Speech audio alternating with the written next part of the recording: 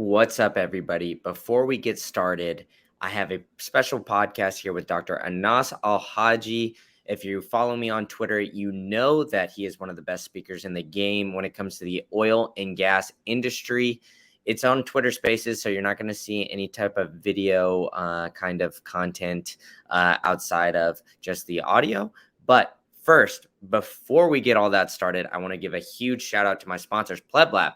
So Pleb Lab is the best co-working space in the game when it comes to the Bitcoin development space and much more. They have so many great people there that are doing outstanding events, such as in June 23rd, they're hosting a game night called Satlantis, and there's going to be barbecue and much more. So you can check out info on their website, pleblab.com. Also, there's the Fresh Bites Farmers Market July 1st. So you can go get that. And they still have openings. So if you're a vendor looking to sell food, sell some products, reach out to Pleb Lab and join them there. And if you're not in Austin, check out the Nomad Pass. You get access to their entire Slack and internal communications where they have great names in the space such as Odell, Super Testnet, and many, many more. So you can get access to them directly through their Slack, Twitter DMs, Noster, those kind of things. They might be tough to reach out to them. They have so many people reaching out to them all the time. Well, they have their Slack channel now, so you could reach out to anybody that is associated with Pleb Lab. And trust me, there's some of the best minds in the game. Some of the best minds that I've ever met are definitely in this Slack channel. And they're very active, sharing their ideas back and forth. So plebs, be sure to tune in and get yourself a Nomad Pass. Only $100 a month. Tell them Green Candle sent you. And then shout out to Idaho Armored Vaults. That's goldsilvervault.com, where they have some of the best margins of buying and purchasing the precious metals. They have extensive amounts of liquidity. There's a vertically integrated structure which procures, transports, stores, and provides extensive liquidity for you, the customer. And they've been around in the game since 2008. So they've been around for quite some time now, going on 15 years. And check out Bob and team. If you want to get into that precious metals market, they have some of the best margins. And they're just overall a great team and very helpful out there. So be sure to check them out, goldsilvervault.com. Now, let's get into the episode. Whoosh. What's up, everybody? It's your boy, Brandon, back with another edition of the Macro Insights podcast. But first, before we get started, a little disclaimer. I am not a financial advisor, and the guest is not giving financial advice. So everything you hear on this podcast is strictly opinion and should not be taken as financial advice. We disclose if we have any holdings discussed in this podcast, and you should not be following us as financial advisors. You should discuss this with professionals before you get involved or invested. And as always, it's not financial advice. So please, please, please take this strictly as our opinions and for entertainment purposes only. Now let's get into the show. All right. We are having a lot of people start to come in. So Dr. Anas, how are you doing this afternoon? I am very excited. A lot of news today. All right, that's awesome. All right, that's awesome. That's awesome. Yeah, thank you so much for reaching out, and glad we can thanks to you. Get this going.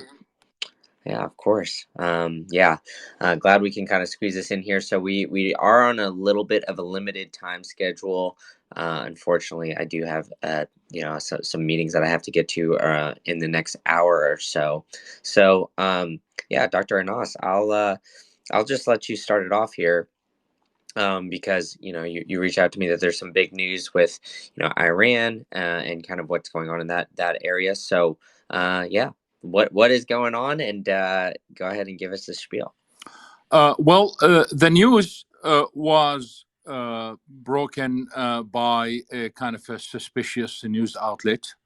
That was clear from the beginning. The news did not add up. So when we wrote our report today, we did say we believe it when we see it. When we contacted some of our clients, we told them to ignore the news, and happily they made some money. So we are very happy for them. The uh, later on, the White House denied the news.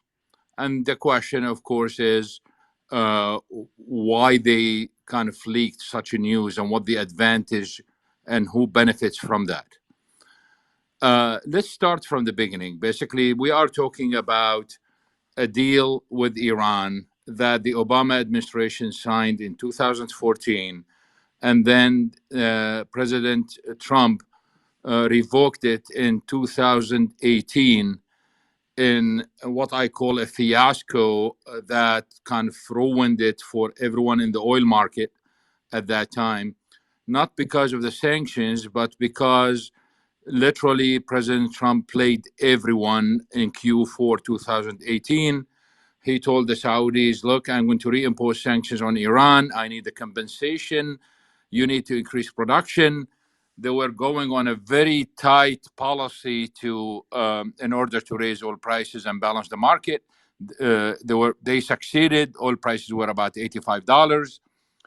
They increased production the moment President Trump knew that the tankers are out of the Gulf. He announced an exemption to all Iran customers, which means that the sanctions basically is not in force and prices collapsed. It was very painful for a lot of people. Anyway, that those sanctions basically are still in force, but as you all know, that Iran perfected the game of selling its oil. So they were making money. They were exporting oil all the time. All the numbers that have been cited in the media about Iran exports, these are the lowest numbers. The numbers are way higher than what is reported by the media. That's how the regime survived.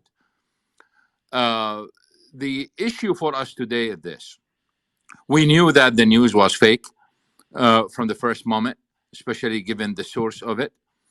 But let's assume, and this is really the main point of this space here, because I've seen a lot of nonsense going on social media and some of the media in the last hour or so. Let's assume that it was serious. Let's assume that the sanctions will be lifted tomorrow. What is the impact on the oil market? Now, the market is going to react no matter what.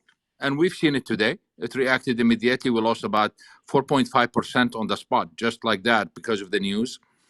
And it shows how much traders and others basically do not know the facts on the ground. The fact on the ground is that Iran is producing at maximum. Iran is exporting at maximum. In fact, Iran, since last year, they got a green light from the Biden administration. Remember that the Biden administration gave a green light to Venezuela to allow two European companies to ship Venezuelan oil to Europe despite the sanctions. A week later, they sent a message to Iran through a third party telling them that the Biden administration will ignore or turn the blind eye to Iran's shipment to Europe. And that's exactly what happened. The Iranians basically diverted shipments to Europe, and those shipments basically do not need to be hidden anymore.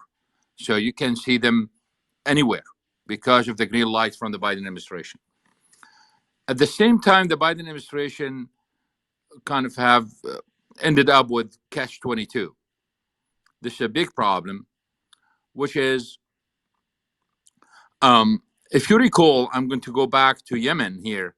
If you recall that the moment the Biden administration basically took over the White House, they lifted the Houthis from the terrorism list. And a lot of people get angry, especially Saudi Arabia and other Arab countries. How dare you lift the Houthis from the terrorism list? There is something very technical, very important about US law people must understand, and it is related to Iran and the current circumstances.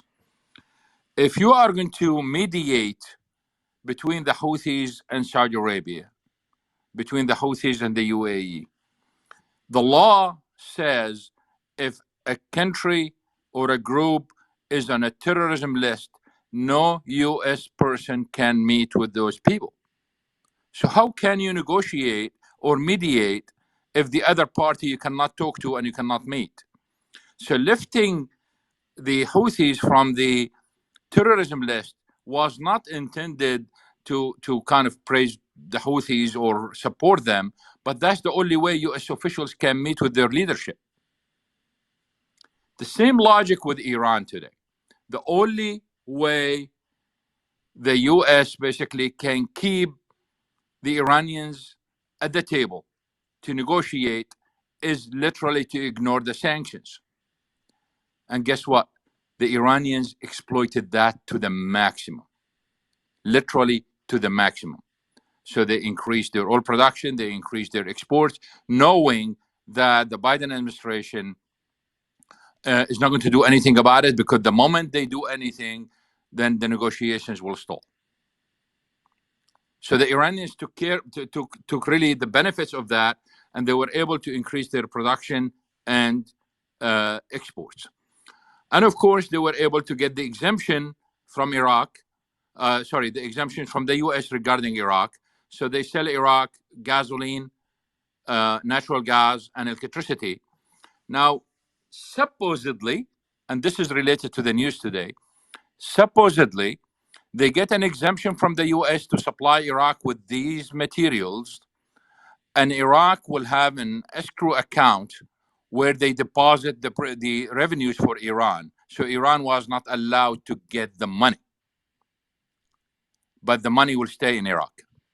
Well, the Iranians were smarter than the Biden administration or even the Trump administration. What they did, they said, okay, Basra now, the heat is the temperature is by U.S. standard, Fahrenheit, is 110, and they haven't paid me in 3 months or 4 months or whatever, and I'm going to cut off the electricity, I'm going to cut off the gas. And of course, the Iraqis will scramble and say, please, please, please, please give us the money. And I can tell you without any reservation that the Iranians showed up in planes in Baghdad, and the Iraqis literally brought in boxes and bags of dollars, and they were loaded on those planes back to Tehran. And the Iranians, every time they needed the money, they do that. So they were able to get their money anyway, despite the U.S. sanctions. But they still have probably about $10 billion in Baghdad today. And why this is related to the news today? Because, yes, the Biden administration promised them that they will get the frozen money back. That's correct. That's part of the negotiations. But all this frozen money is not in the United States, and it's not under the control of the United States. The frozen money basically is in Iraq, South Korea, and some other countries, some in India and other places. So what will happen if we end up with a deal is that the Biden administration will allow those countries basically to give the money back to Iran. Let's go back to the oil market. So Iranians are producing at maximum, exporting at maximum, and therefore, if the sanctions are lifted tomorrow, there will be no change in the market, and therefore there is no reason fundamentally to lower prices, because production will be the same, exports will be the same. Now, given what we know from the past, the Iranian leadership might end up doing a game they've done before, which is reduce their exports, build up the floating storage, and then release it. And then they can show the world, oh, look, we increased our exports. Look, they tell their people, look at the benefits of the deal. We were able to export more. We were able to make more money. But they just built up the floating storage. Speaking of the floating storage, I mentioned earlier that Iran is producing at maximum. I mentioned earlier that they are exporting at maximum. For floating storage, within the last 12 months alone, the Iranian floating storage declined by more than 50%. The amount left is very tiny, very small. So the impact on the market, if the sanctions are lifted tomorrow, is very minimal. And by the way, the floating storage, unlike what you hear in the market, the floating storage exceeded 100 million barrels a year ago. Now it is about 47, and about 35% of it is condensates and the rest is crude. Most of the condensates basically are being sold. So there is no or the floating storage is small. There is no additional production. There is no additional exports. Therefore, if the sanctions are lifted, nothing is going to change from a fundamental point of view.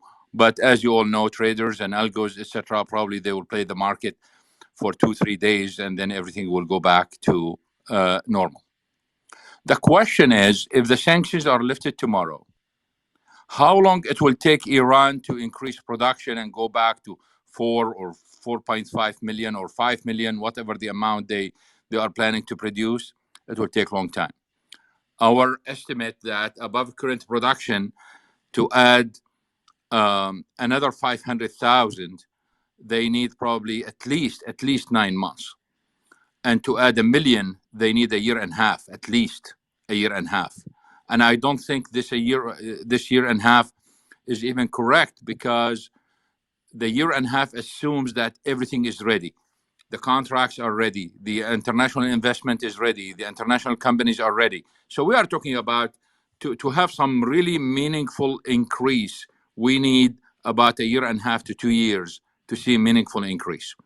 But by that time, global oil demand is going to increase by more than the amount that the Iranians are going to add. And therefore, there is no fear that the Iranian additions are going to lower prices or pressure prices down.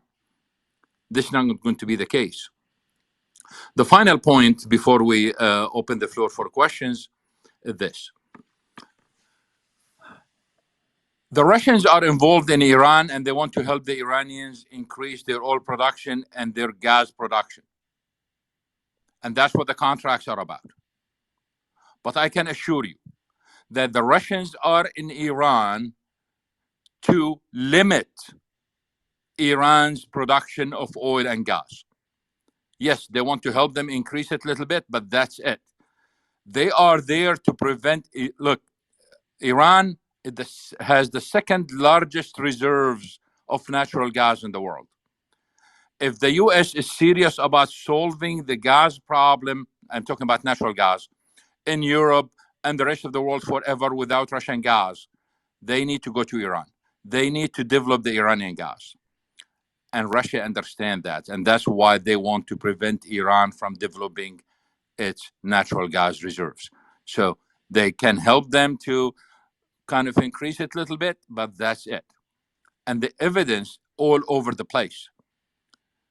We have something called the Arab gas pipeline that was built from Egypt, goes through the Aqaba Gulf, or the Gulf of Aqaba, to Jordan, to Syria, all the way to the Turkish border, and it's supposed to take the Egyptian gas all the way to Europe.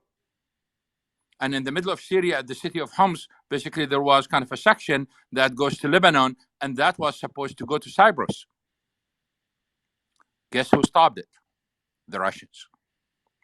And then there was a proposal in 2008, was made to the president of Syria, Bashar al-Assad, by the Qataris and the Iranians to build a pipeline from the North Field in the middle of the Gulf. That's a gas field. That's the Iranian share of the largest gas field in the world. So the Qataris will build the gas. The gas is Iranian. The Qataris will build the pipeline, and they will take it all the way to Syria to connect it with the Arab gas pipeline to take it to Europe. Bashar al-Assad killed it because the Russians told him to kill it. So the final point basically is, yes, Iran has the resources. It could make a major change globally, but it is very clear because of its actions in the region and because of its philosophy and because of its human rights abuses and everything else, getting sanctions by the West. But that does not mean that Russia is going to help either, because Russia is there to limit Iran. So the conclusion is the news was fake. The question is, why did they do it? Well, there are several factions in Iran. It's not only one faction. And in my view, and this is just a personal view, it could be wrong. In my view, that's one of the factions released this news for domestic purposes and has nothing to do with the international objectives. We've seen this so many times in the past. Think about it this way: when the former Prime Minister of Japan was visiting Iran, the moment his plane landed at the airport, two tankers, two Japanese tankers, or one ship and one tanker, being attacked at Fujairah port. If you guys recall, when there were four ships that been attacked at that time, it was very clear that one faction was responsible for that. And speaking of this, and speaking about the media and how it covers the oil market and why the Saudis were mad at some of the media, here is the story about those four tankers when Fujimori basically landed in Tehran and someone attacked those four ships. The news says there were two oil tankers being hit. And of course, oil prices went up that day. And everyone was talking about four ships, two of them are oil tankers. Guess what? One of them was carrying vegetable oil. It wasn't even crude oil the way we know it. It was vegetable oil coming from Brazil. It was sunflower seed oil. But the media reported, go back and look at it in Google. The media reported that as oil, and people be reacting as we lost 2 million barrels or whatever the amount is of oil, because it wasn't. It was vegetable oil. It was sunflower seed oil from Brazil. And going where? It was going to Iran. It was the Iranian people who lost that cooking oil. Why? Again, the regime itself is fragmented and they own the economy, and there are several factions who control several things, including the vegetable oil trade. So they benefit from that too. Brandon, I'm ready for any questions, and then we can still probably have about 10-15 minutes.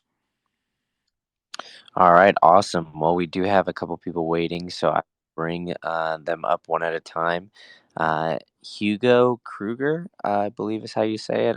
If I botched it, I apologize, but Hugo, the floor is yours. Hi, do you hear me? Yep, we can hear you great. Okay, great. So I just want to give a bit of background myself. I'm married to an Iranian woman. I'm from South Africa. I was in the country a month ago, 2 months ago, and I also work in the oil industry and also have a background on nuclear power. So I've got some sense of what's going on over there. I agree with the sentiment on Iranian oil. Where I have some disagreement maybe is just not to confuse Iran's reserves with Iran's ability to extract. Okay, I think the speaker spoke a little bit about that, but Russia, for example, has one of the largest natural gas reserves in the world. Russia, unfortunately, cannot untap it at an affordable price. In fact, some analysts, going back a few years ago, have made the argument that Russia needs high gas prices to pay off its Yamal infrastructure in the north, because it built a lot of infrastructure in the north of Russia that is very expensive. And that's placed back in the backdrop of this war. Iran's got a similar issue. Its natural gas reserves, and particularly its oil reserves, are increasingly located in areas that are more difficult to extract. So the price, is more important than the amount of gas in the ground. On the nuclear issue, I just want to say something. I had an interview with Gareth Porter, who's the prominent historian on Iran's nuclear weapons. The theory that Iran has a nuclear weapons program was manufactured by Mossad. Iran, however, has a deterrence capability, and it should not be confused. Basically, they have centrifuges, and whenever they spin the centrifuges, that's when they get attention. But I don't believe that Iran ever has an intention for a nuclear weapon, because they know the diplomatic costs will be too high. They keep that option open. So they play that fine red line to try and get the Americans to the negotiation table. And one way that the Iranian government, I think, will signal that they're ready for discussion is you will hear the IEA say they are at 80% enrichment or whatever it is, but they have no intention of turning that uranium stockpile into a nuclear weapon because the cost is just too high for them diplomatically. So that's sort of just my few cents on it. On Iran itself, just quickly, I think more people should visit the country. It's enormously safe. It's open for foreigners. Of course, I am not an American, so I won't get arrested, but I believe there needs to be just more contact between Iran and the rest of the world, because if people don't start talking to Iranians on a local level, I believe the hostilities will continue. I think public opinion must change towards Iran before the politics will change. So yeah, thank you for that. Man, your wife is a hero. Thank you.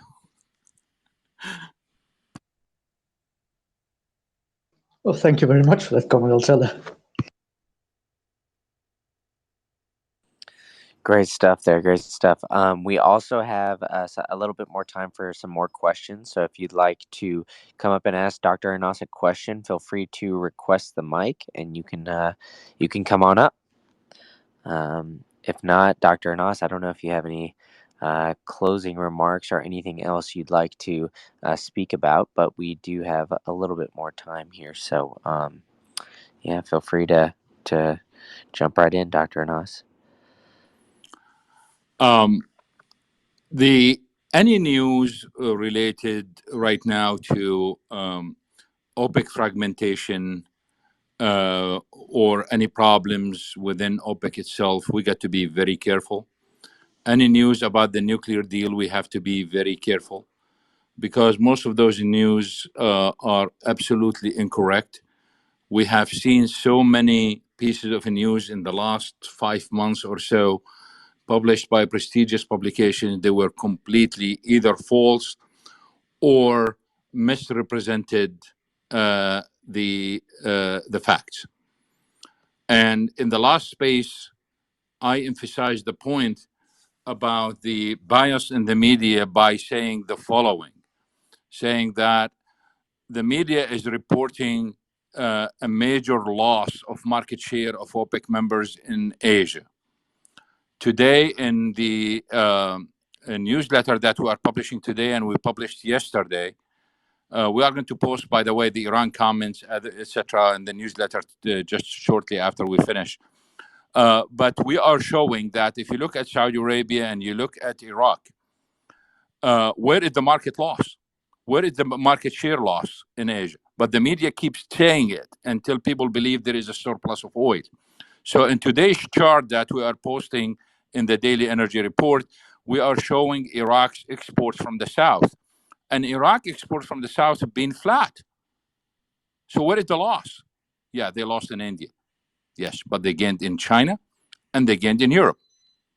And the media is continuously talking about OPEC loss in Asia. But they never talked about the Russian loss in Europe that OPEC took over. Just show you the bias in the reporting. In general, the action of the Saudis, as we highlighted in the newsletter on Sunday, the action of the Saudis when they announced the 1 million barrel voluntary cut on Sunday, it was intended to take over the narrative in the market. Has nothing to do with declining demand, has nothing to do with anything else. In fact, the demand is not declining, the demand is rising. What changed is that the growth in demand and the expectations are lower, but the demand is going up. So the Saudis did it for July, and as many of you know, we were the only one who predicted this on Friday. We said specifically, we said it's going to be in July and there will be a voluntary cut. And that newsletter on Friday is still there on the web. So they did it because they want to literally control the narrative. It's not as a reaction to demand. At the same time, and I will end with this, they are sending a message to Russia. Basically, we are raising prices, and the rise in prices will compensate for your cut. So your revenues will not change. and we are helping you here, so help yourself. In a sense, it is kind of a hidden threat to the Russians. If you don't cut, we might experience what we did in on March 6 and 7 in 2020 when the Saudis crashed the market. So there was an embedded threat in those statements. But the idea here is the Russians have to cut to 10 million. They have to. So what the Russians are playing, they are playing a different game. Say, okay, I'm going to have a surge capacity used. I'm going to jack up my production to 10.7 or 10.8. And now let's talk about a cut. It does not work that way. And the Saudis are aware of that. So it is very clear that there is a lot of pressure on the Russians.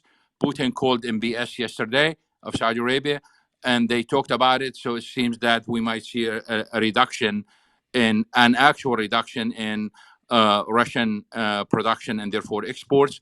And as a result, probably this sharp increase in imports from China and India, from Russia, just to take advantage of current prices and the current situation before the cut. Back to you.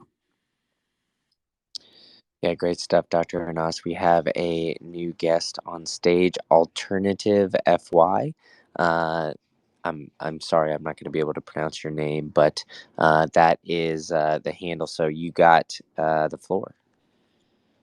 Thank you very much. It's Alternative for Yemen, and my name is Mohammed Aklud. It's always a pleasure to listen to Dr. Anas. It's always enlightening, and we appreciate those episodes that he's doing.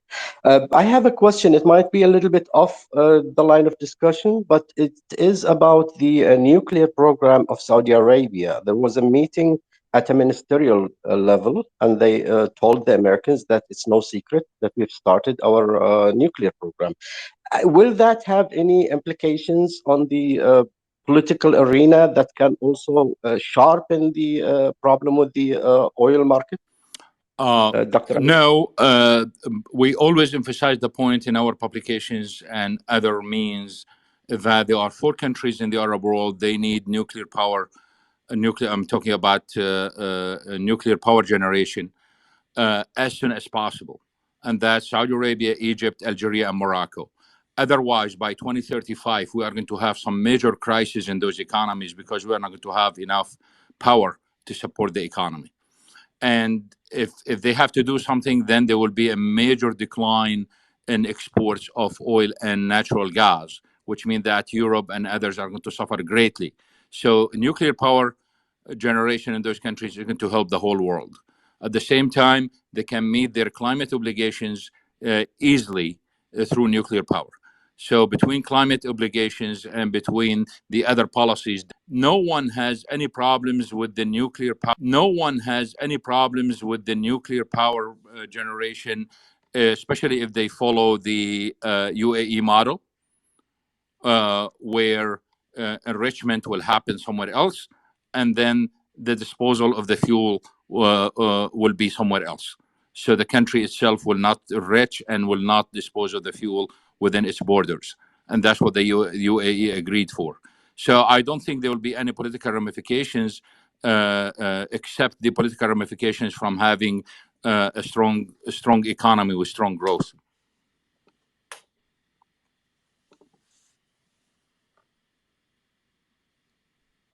All right, great question. I will get the next speaker up here. I believe it was Sai. Yeah. By the way, while you are getting someone else, I just want to say this, that I mentioned earlier that all the reports about Iranian oil production showed the lowest numbers. It's not the actual numbers.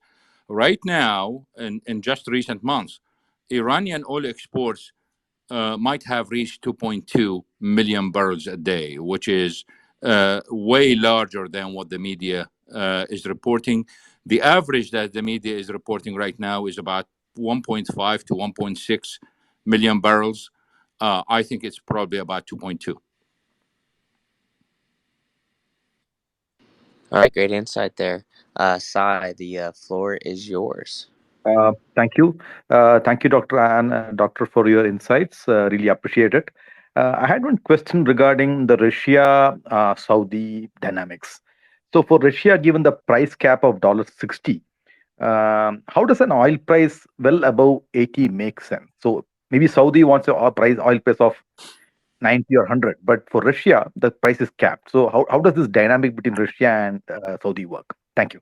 The correction, first of all, our clarification, it's not capped.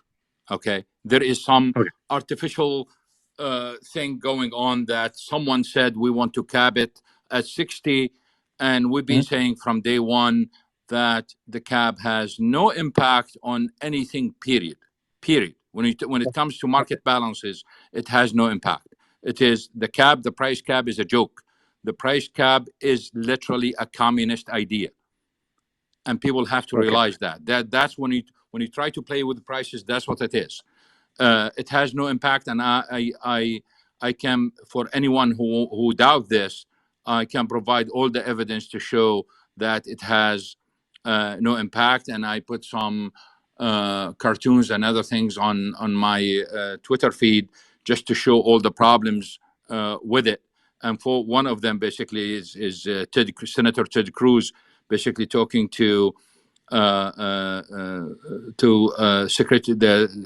Treasury Secretary, who used to be the head of the central bank or the Federal Reserve Bank in the United States, and telling her, look, if you can cap Russian crude on the other side of the world, please cap our health cost. If you cannot cap the health cost within the United States, how you are going to cap some country's commodity in the middle of the seas, in the middle of the oceans?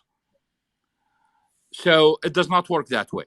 The reason why we have a major reduction in the Russian prices, remember that the reductions happened the moment Putin decided to shift shipments months before the sanctions and months before the price cap. And the largest discount happened before the sanctions and before the price cap. Why?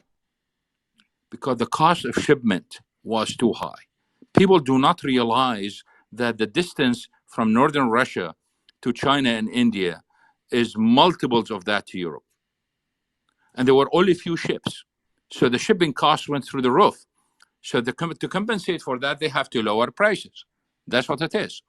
But lower prices, etc., played a game here where we discussed this in previous spaces. If I can get the diesel from Russia at 40% of my cost, at 40% lower than my cost, why I have to produce it? I don't need to produce diesel. I can just get the Russian diesel. Okay. So what happened is some OPEC members and some OPEC Plus members said, you know what? I can cut production and I don't have even to refine anything. I just can get the Russian products at cheap price I can produce later. This reminds me of another point, which is from energy security and national security point of view in the long run. One of the worst things you can do to your country is to stimulate investment in your oil and gas resources, export them, sell them, exhaust the resource base of your country, and impose sanctions on your enemy. So down the line, 20, 30 years from now, you will not have any oil or gas, and your enemy has all the oil and gas.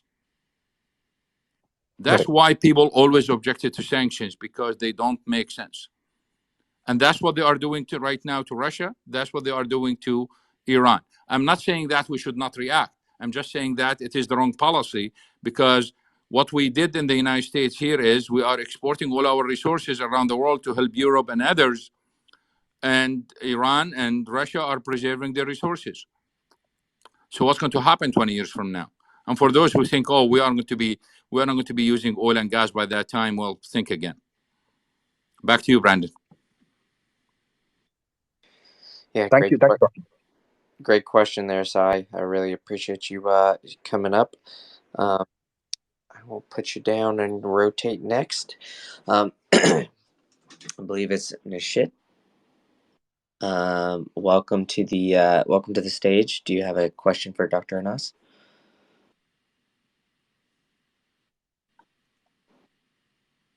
Hey, Nishit, you have the floor here. Hi, Dr. Anas. I've been hearing your spaces and it's been very enlightening.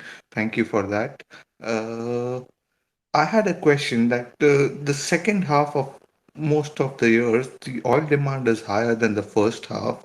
And with all the geopolitics happening now and the tightening of the oil market, where do you see by the year end the oil prices would lead to? Okay. When we talk about prices, basically, if you go back to our outlook, you can search it on the web, EOA, 2023 oil market outlook. That will pop the first thing on Google. EOA 2023 oil market outlook. And read it. It's available for free. Read it, and you can see all the evidence, all the charts, all the numbers, etc. So prices are going to go up. And right now, after the Saudi cut, the voluntary cut of 1 million that could be extended, could be renewed partially or fully, whatever, etc. If you look at the future in the second half, you will find the following. Based on OPEC outlook itself and estimates of demand, we will be short 300 million barrels in the second half. That's not a day, that's throughout the half. 300 million barrels. That means if OPEC and OPEC Plus hold their production the same from now until the end of the year, inventories have to decline by about 300 million barrels. And this never happened in history. Never happened. And since it never happened, that means we are going to end up with a situation where OPEC has no choice but to increase production, especially in the fourth quarter, unless OPEC forecasts are wrong or we end up with a recession. The conclusion of that is this. Prices are going to go up. They are going to be higher. The Saudis are going to set the floor. China is going to set the ceiling. Because China built its inventories, it built its strategic petroleum reserve in the last 8 weeks. And we put a chart a couple of days ago for those who would like to check our Substack. You can see the chart free too. You don't have even to go through a paywall to see it. They've been building their inventories, and they are going to use them just like they did before. And therefore, the Saudis are going to set the price, the floor, at a price higher than today's, and the Chinese are going to set the ceiling, and prices will be range bound in the second half between the Saudi floor and the Chinese ceiling. Thank you very much. Back to you. All right, great question there. I'm going to rotate another guest up here. I believe it is Sphere, maybe? I'm not sure 100% how to pronounce that, but it's him next. Sphere, welcome to the space. What you got for us?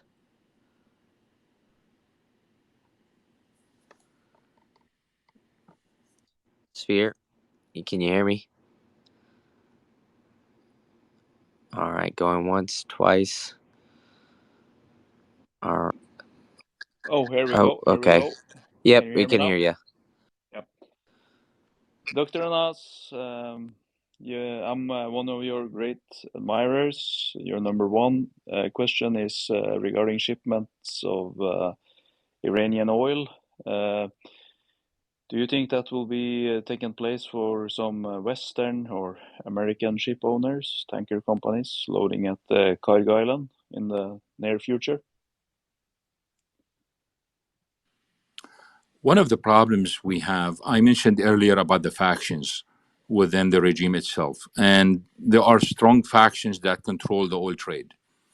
And they make more money at lower prices in the black market than if everything was open completely, because once it's open completely, everything will go to the government budget, and they don't like that.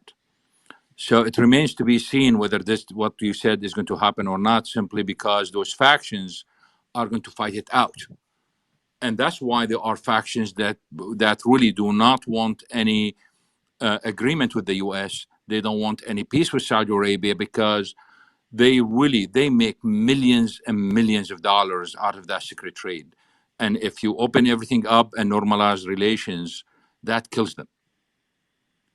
So we will see how this is going to play, because those factions are extremely powerful.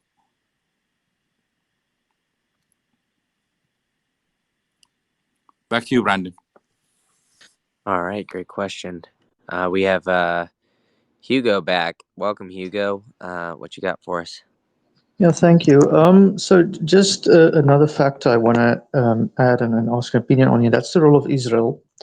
As many of you know, Benjamin Netanyahu is facing jail sentences, or prison sentences, for his involvement with the nuclear mafia. As many of you would know, Israel has about 70 nuclear weapons, and it's never signed the Non-Proliferation Treaty. So to distract the public from this and the corrupt relationship, Netanyahu always trumps up the threat of Iran. So he makes Iran look more scary than it actually is. And for those who don't believe me that Iran is not scary, Iran's economy is the size of South Africa's, and GDP per capita is half the size of South Africa's. So it's not a threat to world peace or even Israel, I believe. But yeah, I just want to ask the view on Israeli, elections, internal dynamics always playing out in the geopolitics. And then a follow-on from that, what is the possibility of establishing a non-proliferation zone for the Middle East that all Arab countries and Iran has supported, but Israel refuses to even entertain the possibility, and so does the US. So, and how that plays into this whole story. Thank you.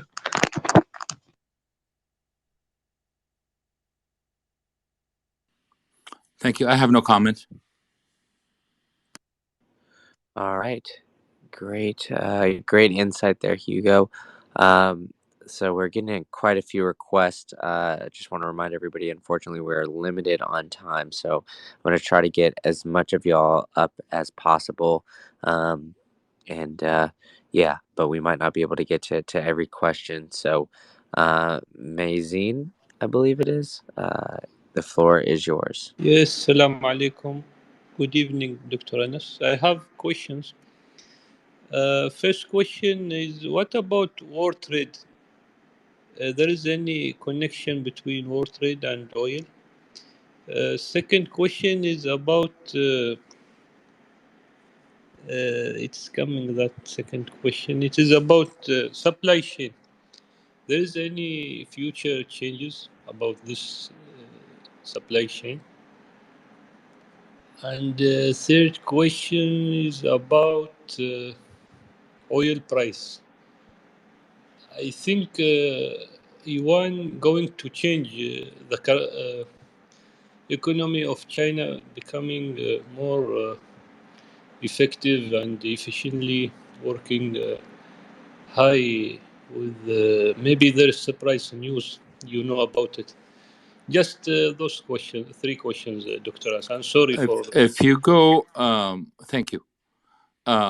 If you go to the Independent Arabia, that's the newspaper. It's the same Independent but in Arabic.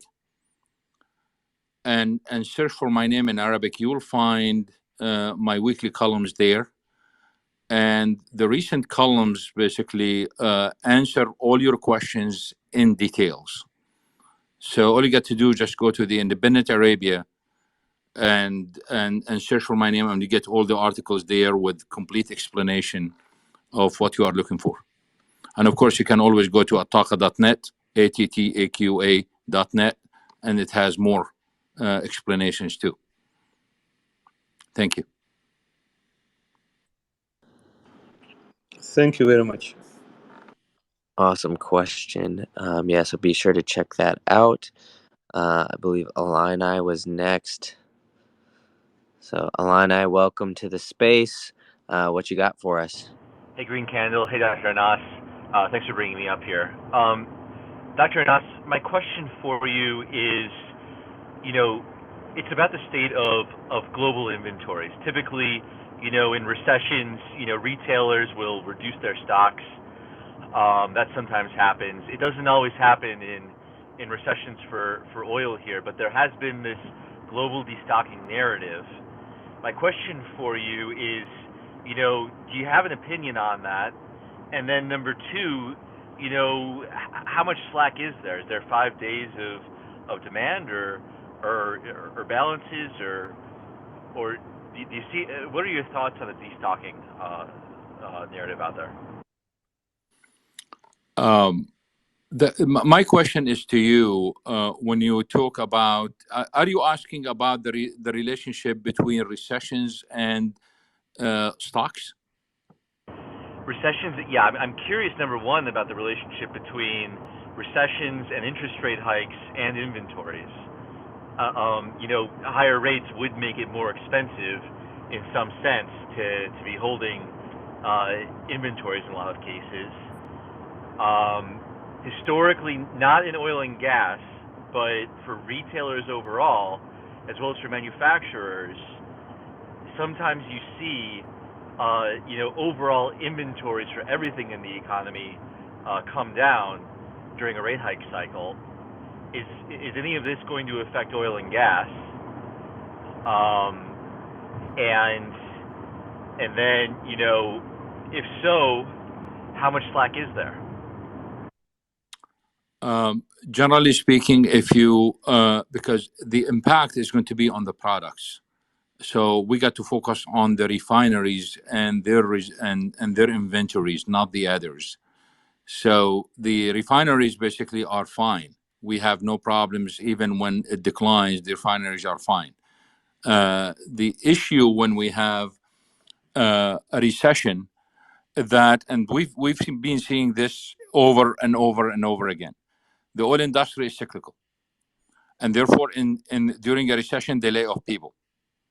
And when the recession ends, they don't have enough people, and we need to go up. Whether you are talking about refineries, whether you are talking about drilling or exploration, whatever, and then we have a problem there. So, in terms of providing the products, we have no problem there. The problem is always personnel. And that's what we've been seeing after recessions throughout the oil industry. And some oil companies, basically, when they lay off people, if they are still within the 6 months window, etc., they can go back quickly. Many people, as you have seen and I have seen, they just get angry and switch fields completely.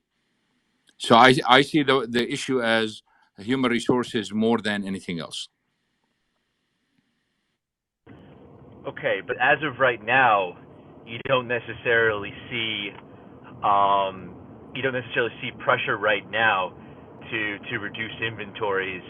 If we potentially have a recession on the horizon. I guess that's sort of my question. Yeah, here. I suspected that. Basically, this increase in inventories, whether this is the result of kind of signs of a recession or something else.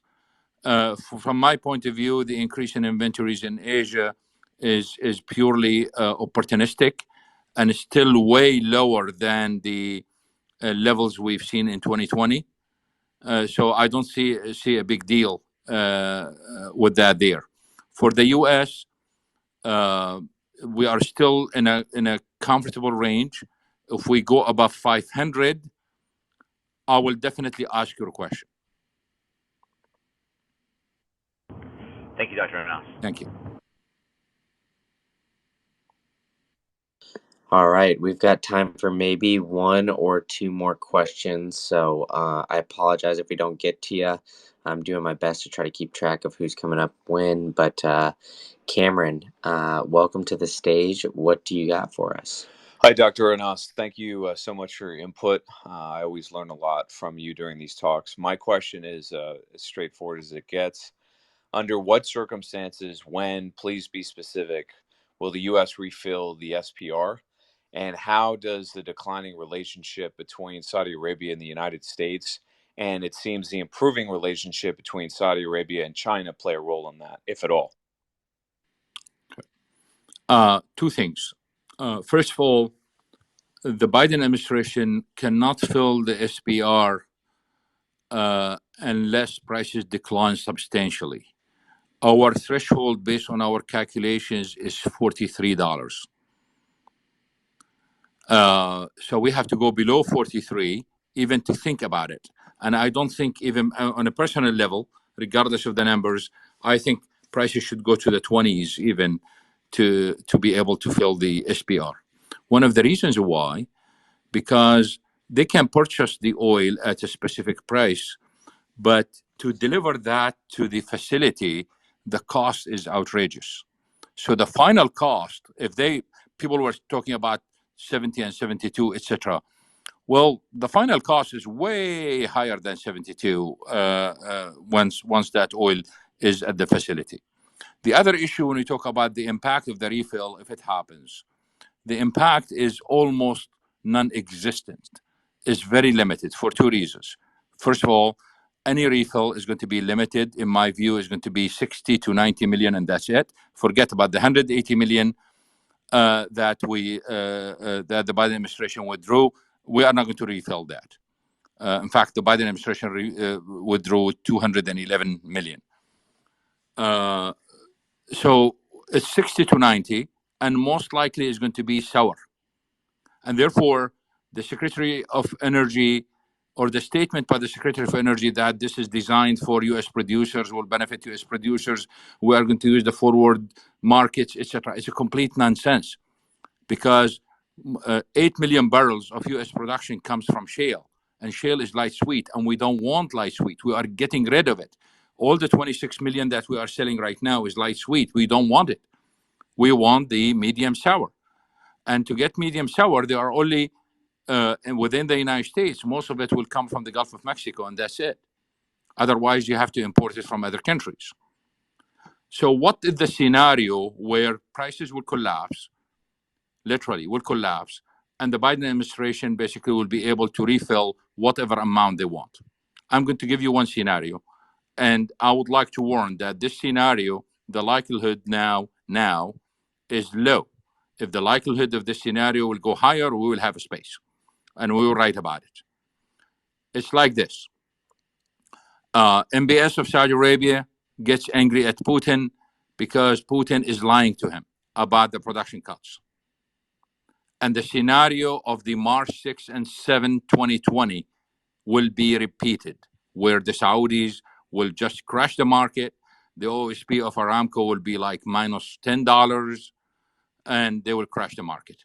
In this case, it is the time for the Biden administration to refill quickly, because this is not going to last long.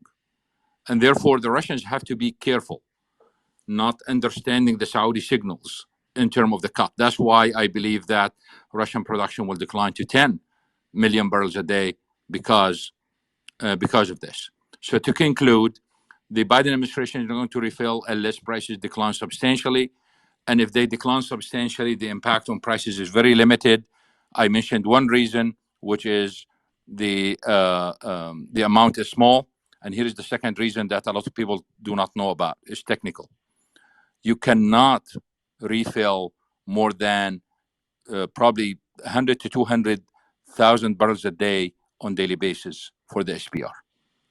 So you cannot pump more than that. And therefore, it takes months. So whatever amount you want to talk about, you have to divide it over a long period, because the pumping is extremely small. And the thing that the Biden administration does not want to talk about, and I still wonder why the Republicans have not opened an investigation on this. There was some noise, but no one did anything, that there are some repairs going on in some of the facilities. And the question is why? What's going on? Back to you. So if I may just ask a brief question. So what is the danger in the short term, meaning the next 6 to 12 months, or potentially longer, as the SPR is not refilled? What is the danger to the U.S. consumer? Because it seems to me that essentially the SPR was depleted in order to combat high oil prices. So if that limit is gone, or that restriction or impediment on rising oil prices is gone, and oil reflashes to the upside next time, what does the Biden administration do? No, that's okay. We still have 350 million barrels in the SPR. We still have a massive amount of oil. This is not a big deal. So I'm not worried about the administration can still withdraw another 60 to 90 million without any problems. And when it comes to gasoline, we need the light sweet crude. So we have no problem. We still have plenty of it. And we publish this chart every week. It shows the SPR with the numbers left in terms of sweet and sour. You can check it in the timeline and on Twitter. So we have no problem using additional 60 to 90 million barrels from the SPR. So there is no problem there. The issue that really where things can get ugly is that if we end up with hurricanes in the Gulf of Mexico and those hurricanes cause flooding in U.S. refineries, that's where the problems are. I am not worried about the SPR. I'm really worried about the hurricanes in the Gulf of Mexico. Back to you. All right. Well, Dr. Anas, you've been very generous with your time, and I really appreciate you coming in. So, why don't you tell everybody where they can find the Substack and what all you've got going on? Thank you very much. Please, first of all, please follow Brandon Green Candle. He provides, incredible things, especially on his Tuesdays spaces that he converts to videos and YouTube, etc. It's just amazing. So thank you very much. We have two Substack newsletters. One is intended for institutional investors and high net worth individuals, and the other one is for everyone. The one for everyone is called the Daily Energy Report. We publish a report every single day where we discuss the news, etc. It's only $420 a year, so it's almost like $1 something a day. And the other one is everything is in depth. In terms of predictions, everyone knows from our clients, I think we do have the best predictions in the whole industry right now. We have a proven record of that, and all you get to do just go back to our oil market outlook that we published at the beginning of the year. It is the most accurate outlook so far. So these are two Substacks, and I usually promote them on Twitter. I do have a website that I ignored for a long time, but it has some wealth of information too. It's my first name and my last name, Anas Alhajji. And of course, I am my kind of multitasking, and the other task is always Twitter. So we'll see you on Twitter. Yeah, great stuff. And thank you so much for the kind words, Dr. Anas. Obviously, follow Dr. Anas and check out his Substacks. There's one for everybody, as he said. There's like a daily that's a little bit, cheaper than one for more institutional type investors. So whatever fits you, I can just, attest that both of these are definitely worth $1. So if you guys have, some interest in those topics, definitely check out Dr. Anas's Substack. And as he mentioned as well, I will be putting this on my YouTube, and I think I'm going to add this to the audio feed of my Macro Insights podcast. Brandon, as well. just one more comment, if you don't mind. For the new followers, I tweet a lot of things in Arabic or retweet. There is a wealth of information and breaking news coming out of Saudi Arabia and the Gulf and others. So if you see them, Twitter has a function, which is the translate function on the bottom left of every tweet. So if you push translate, you get the translation of it. So please do not unfollow just because you see too many Arabic tweets. Just translate, and I'm sure you'll enjoy them. Thank you. Yep, definitely do that. Don't let that deter you. So, Dr. Anas, thanks so much.